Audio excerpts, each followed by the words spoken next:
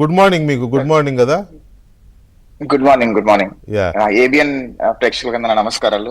Yeah వీళ్ళ attack మీద మహిళలను ఏదో అనేశారు అని లేని దాన్ని ఒకటి క్రియేట్ చేసి రాధాకృష్ణ గారిని టార్గెట్ చేస్తూ ఇష్యూని డైవర్ట్ చేయడం కోసం, వాళ్ళ టాపిక్ను డైవర్ట్ చేసుకోవడం కోసం దీన్ని ఎత్తుకున్నారని విషయం తెలుసు.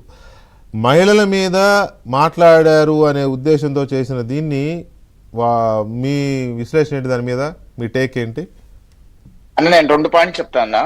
ఫస్ట్ పాయింట్ ఏంటంటే, సరే మీకు ఏబిఎన్ ఆఫీస్ మీద దాడి చేయడానికి వచ్చిన అందరూ కూడా అందరు కెమెరాల్లో పడాలనే టెన్షన్ చాలా ఎక్కువగా అనిపించింది నాకు. జగన్మోహన్ రెడ్డికి కనపడాలని ఎక్కువ అనిపించింది. ఆ కెమెరాల్లో కూడా అక్కడికి వచ్చిన మీడియాలు కూడా ఏవి కూడా నాన్ వైసీపీ మీడియాలు రాలేదు. అందరు వైసీపీ మీడియాలో వచ్చారు అక్కడికి.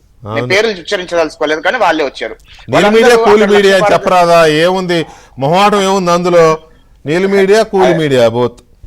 అదే. సో అక్కడ ఏమైందంటే లక్ష్మీపార్వతి గారి దగ్గర నుంచి, ఆ జూనియర్ యాక్టర్ భరత్ దగ్గర నుంచి వీళ్ళందరూ కూడా నేను కనపడాలనే ఆరాటం ఎక్కువగా అనిపించింది సబ్జెక్ట్ కంటే కూడా. రెండోది, అసలు ఏబిఎన్ ఆర్కే గారి వీకెండ్ కామెంట్స్ శనివారం రోజు జరిగింది. శనివారం రోజు జరిగితే ఆదివారం సోమవారం నిద్రపోయారో ఏం చేశారు నాకు అర్థం కాదు. వాళ్ళకి అంత తగిలితే కనుక ఆదివారం వచ్చి గొడవ చేయాల్సింది, సోమవారం వచ్చి గొడవ చేయాల్సింది. మంగళవారం వచ్చి ఎందుకు గొడవ చేశారంటే మావిగన్ అనే విషయం మీద భారతదేశ వ్యాప్తంగా కాదు, ప్రపంచంలోని తెలుగు వాళ్ళందరి మొదలు జగన్మోహన్ రెడ్డి జోకర్ అయిపోయాడు. ఒక జోకర్ పీస్ గా మారిపోయాడు.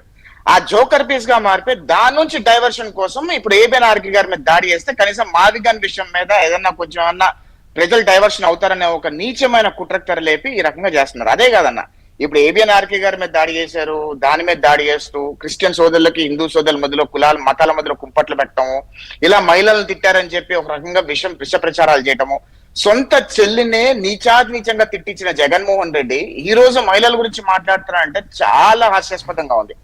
రెండో విషయం ఏంటంటేనండి, ఇక్కడ వైఎస్ఆర్ కాంగ్రెస్ పార్టీ అధికారంలో ఉన్నప్పుడు మహిళల మీద ఎంత నీచంగా, ఎంత నికృష్టంగా వర్ర రవీందర్ రెడ్డి అనేవాడు, ఇంకా వైఎస్ఆర్ కాంగ్రెస్ పార్టీలో 10 మంది 20 మంది ఉన్నారండి.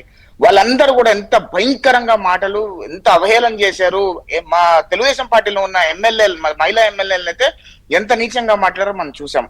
ఇందాక మీకైనా మీరు ఒక మాట అన్నారు, తెలుగుదేశం పార్టీలో దమ్ముందో లేదో అని ఒక మాట అన్నారు. నేను చెప్తాను, నేను తెలుగుదేశం పార్టీ కార్యకర్తని. దమ్ముగా, ధైర్యంగా, నికార్సుగా నిలబడి 5 సంవత్సరాలు ఒక రాజకీయ ఉగ్రవాదంతో పోరాడినాను నేను. తెలుగుదేశం పార్టీ కార్యకర్తలందరూ దమ్ముంది కాబట్టి 5 సంవత్సరాలు నికార్సుగా నిలబడి ఒక రాజకీయ ఉగ్రవాదితో పోరాడం. నేను ఎటువంటి I would still stand by word. భారతదేశంలో రాజకీయంలో ఉగ్రవాదం ప్రవేశపెట్టిన ఏకైక వ్యక్తి జగన్మోహన్ రెడ్డి.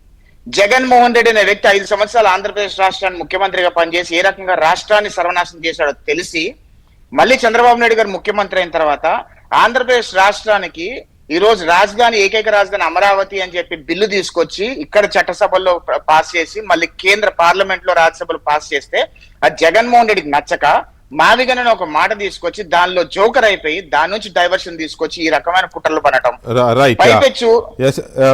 ఒక్క నిమిషము.